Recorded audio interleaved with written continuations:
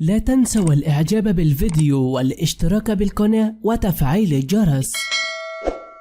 أول تعليق من الأمير محمد بن سلمان على إيقاف مسلسل كحيلان، المسلسل الذي تصدر الترند الأخير في السعودية، حيث علق الأمير محمد بن سلمان بالقول إنه لم يتم إيقاف المسلسل والمسلسل يعمل بشكل جيد ولا يوجد أخطاء به حتى يتم إيقافه. سنكشف لكم تفاصيل المسلسل كاملة.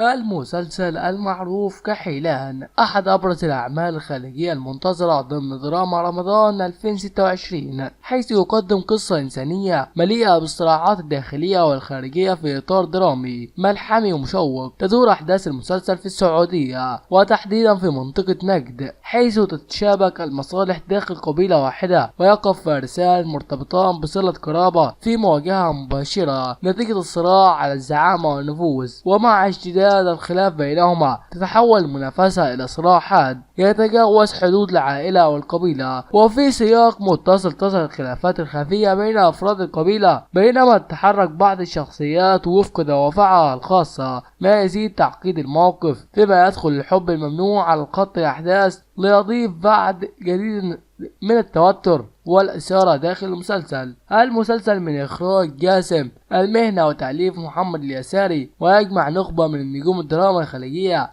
الذين يجسدون شخصيات محورية في الأحداث. وجاء طاقم العمل على النحو التالي: مطرب فواز، بشير الغنيم، عبد العزيز السكيرن، ريم الحبيب، فهد سعيد صالح، بدر محسن، إيدا القصي، فهد القحطاني، عبد الله متعب، أبرار فيصل. من المقرر عرض مسلسل كحيلان ضمن المسلسل الذي عرض في الموسم الرمضاني 2026 على منصة شاهد وقناة MBC، ويتكون العمل من 30 حلقة تعرض على مدار شهر رمضان الكريم، بما يتناسب مع طبيعة الأحداث المطورة والمترابطة في المسلسل.